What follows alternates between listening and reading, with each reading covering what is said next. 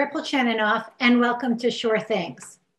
As you can tell, we're still dealing with the pandemic, so once again, I'm coming to you from my dining room table. Today, I'd like to welcome George Reid-Perry. Hi, George. Did I say that right? You did, yes, Mary. Thank you. Just want to make sure.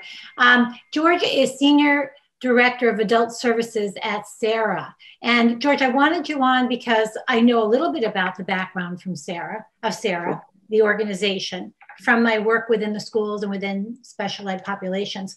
But, you know, I'm also a resident of Westbrook and I see the SARA building. So I was really looking forward to having you on the show to talk more about the services you offer in our community. And I know that you have several locations. So welcome. And could we start, George, with you just giving us a little background about yourself and how you even got involved in the organization?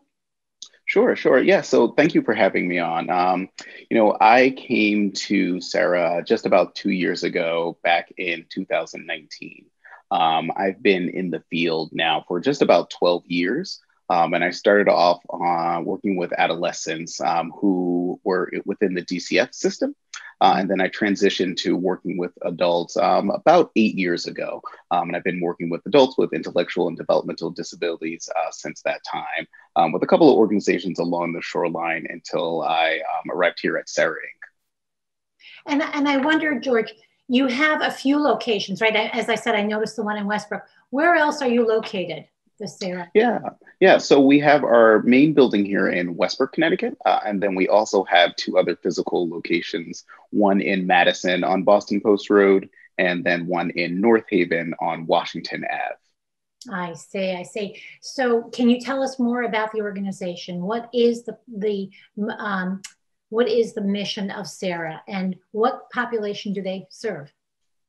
Yeah, so SARA as an agency has been around for just over 60 years.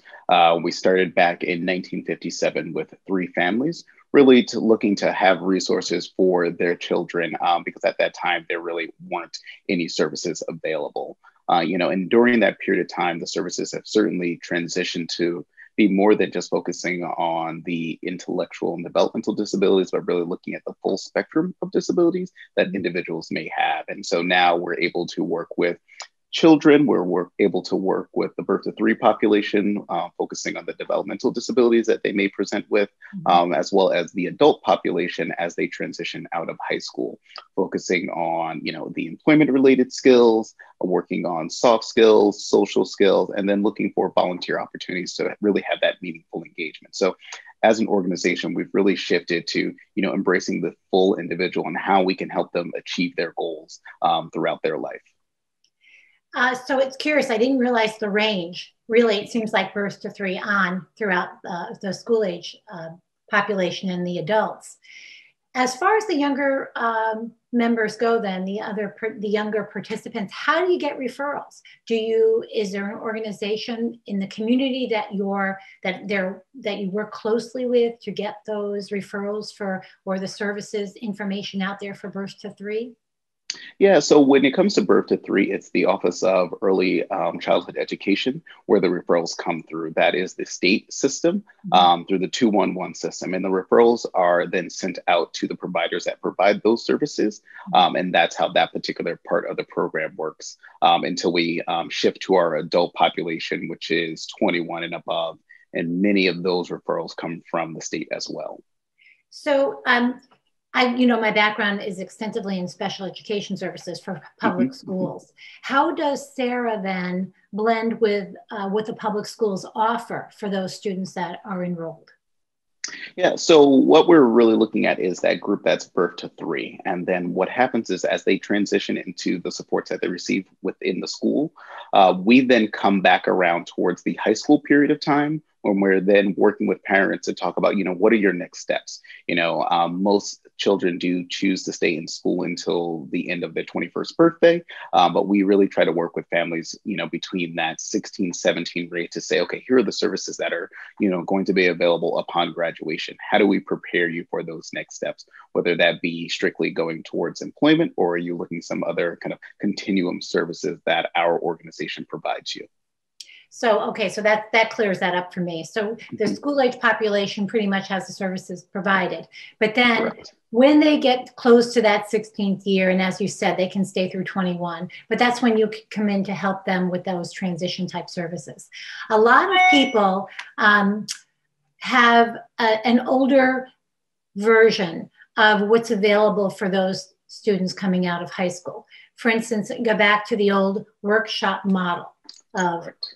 employment. Can you tell us what that really looks like these days when you have a student who you're looking at getting into the workforce? Sure. So what we try to do is we work with that student, the family, and their educational team to talk about, what are the things that we're seeing on the IEP that really talked about, the educational component, but then also looking at the work component. So as you made mention, there used to be an abundance of what they called workshops within the state of Connecticut. That was when students would transition from high school into a working environment, and often were paid sub-minimum wages. Sarah Inc. does not hold a certificate for sub-minimum wages. So what we focus on is the individual, and are they looking for the individualized support when it comes to finding a job, or are they looking for more of a group supported type of setup? All those jobs are at the prevailing minimum wage or better. We certainly believe that an individual who is working should be paid minimum wage or above, just like their counterparts would who don't happen to have a disability.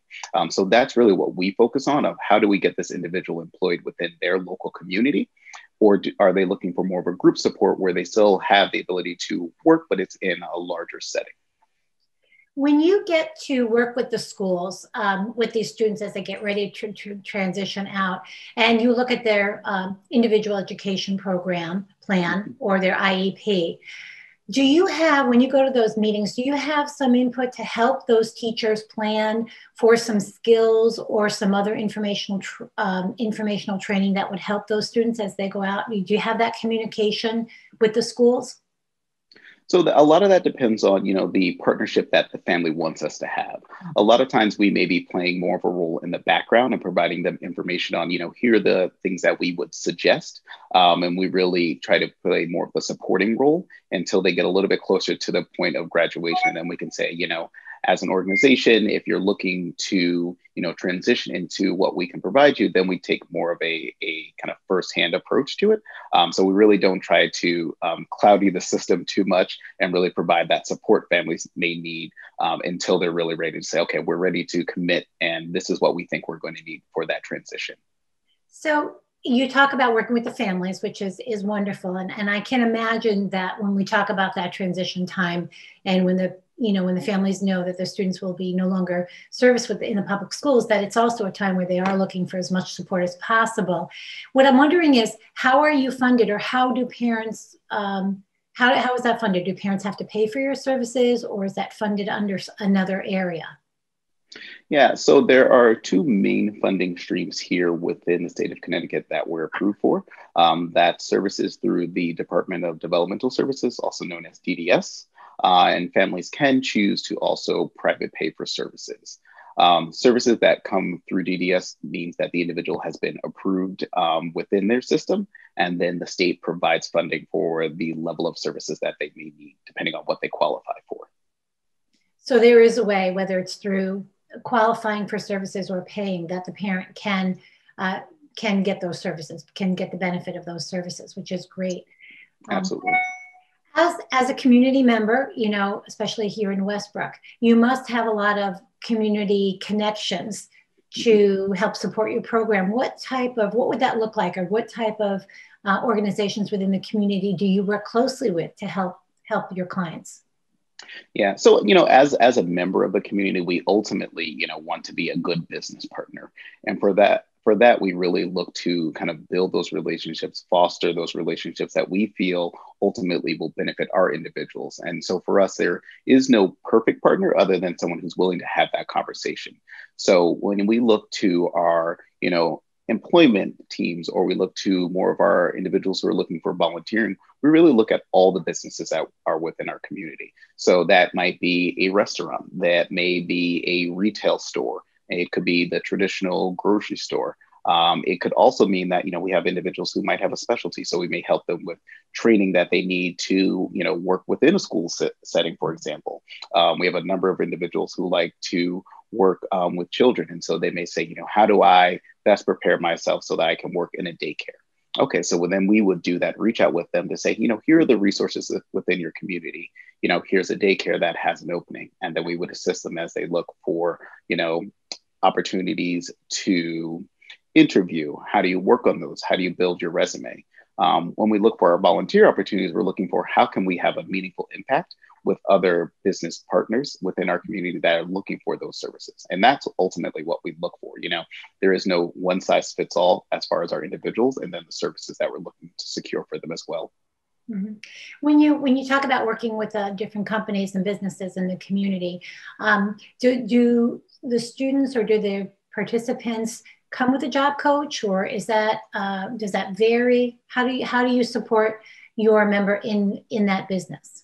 Yeah, absolutely. So it does vary. We have some individuals who do have a job coach.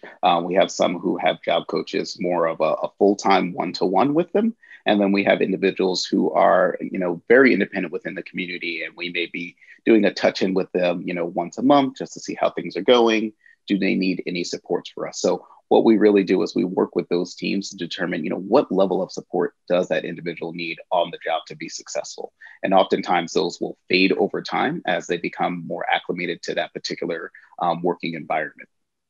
So, George, in the time of COVID, I'm just thinking about that when you're talking about the businesses, what impact has this had on the services available?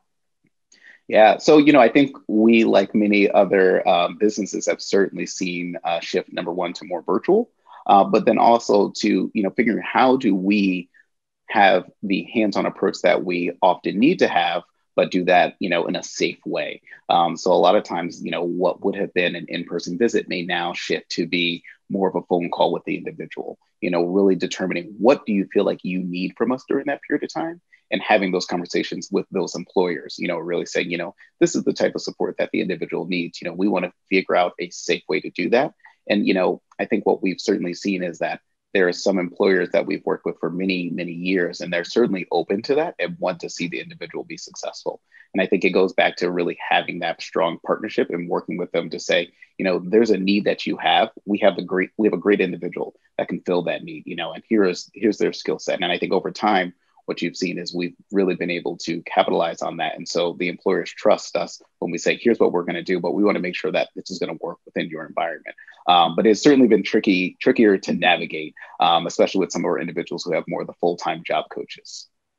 I can imagine it's been tricky for all of us, but I can imagine. And I'm glad it sounds like your relationship with the businesses, though, are so solid and well-founded that they're working with you to work through this as well. Absolutely. I'm curious, I know that you're Director of Adult Services. Is there an age limit for the services at Sarah?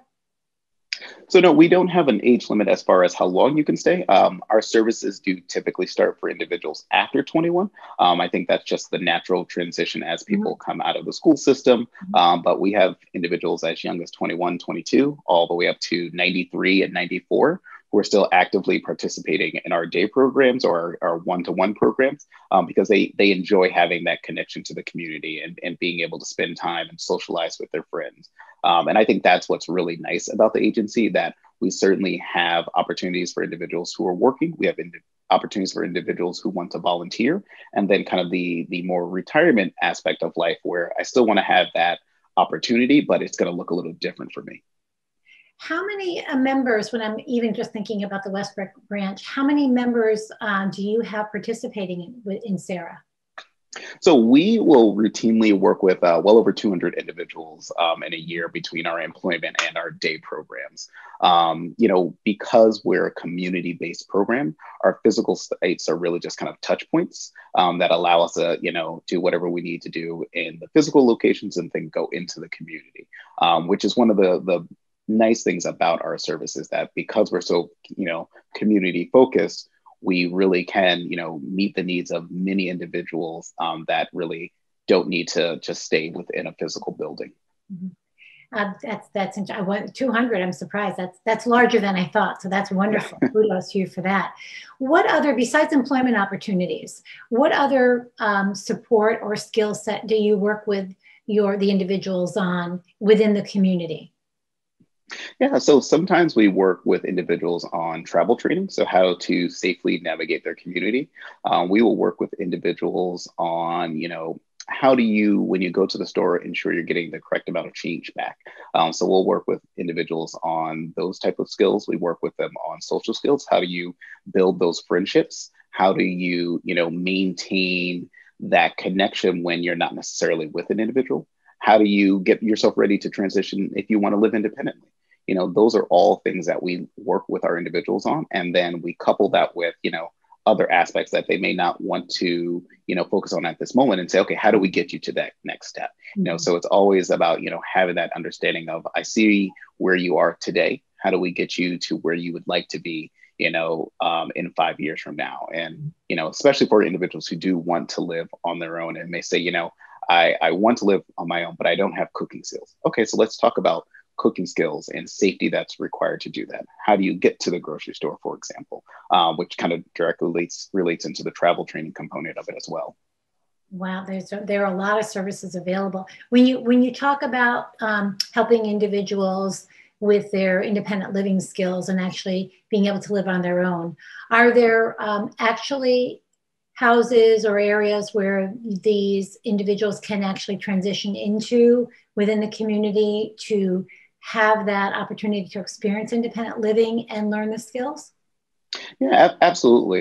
So there are the more traditional styles of supported living available for individuals with disabilities, but there are also opportunities where an individual might say, I have someone that I'd like to live with, and I want to have a roommate, and so they will secure housing within the community. On their own. There are other individuals who choose to still live with the family, and will provide them supports within the family home. And then others who like to live on their own, which I think we've all enjoyed at some point. And they say, I want to live on my own. Here are the supports I need to be successful in doing that. So, we really do see a whole myriad of options available for individuals within the community. That's good to know. So they not only can learn the skills, but then they can apply the skills by being Absolutely. in an independent learning living situation, which would be amazing. You talked a Absolutely. bit about your day program. So I assume that's where the individuals can come and spend some time there to also work on things. What type of areas do you cover for the day program? As far as our geographic reach, we're really looking at kind of that greater New Haven all the way to Old Lyme area. And I think what's really nice about our program is that because of where they're uniquely positioned, we really can see a full breadth of individuals, and bringing in that diverse background allows for us to really say, okay, how can we help you succeed? So we certainly know that the housing market in Old Lyme and Old Saybrook looks different than in our North Haven area. So how do we help them navigate those things? How do we connect them to other resources within their community that are going to allow them to get to that point? So it's really, when those individuals are coming into our program, it's not a matter of coming there and staying there for the day. It's what are we going to focus on today? And for many of our individuals, that's 6 and 12-month goals that they're working on to get them to that next step. So if I, again, like I said, want to live independently, my goals are going to be focused on that. If I want to gain more independence in cooking within, my home, we're going to focus on that. So I think what we look at is how do we focus within our community and having those resources where we can say, okay, today we're going to go to the library and we're going to research things that are going to allow you to focus on your particular skill set. Or today we're going to work with Meals on Wheels, and we're going to be delivering meals to individuals who are older or elderly so that they have, the resources that they need as well. Now, with COVID, was all that in-person programming pretty much put on hold, as we talked about earlier? Yeah. So due to COVID, we did need to suspend in-person service for just about 4 months, from March until July. And really that allowed us to, transition a lot of our services to a virtual platform. So just like schools were able to transition, we also did the same thing. And, we faced our hurdles of, getting PPE during that time, and really figuring out how do we do something that we've always done, in person, in a virtual landscape.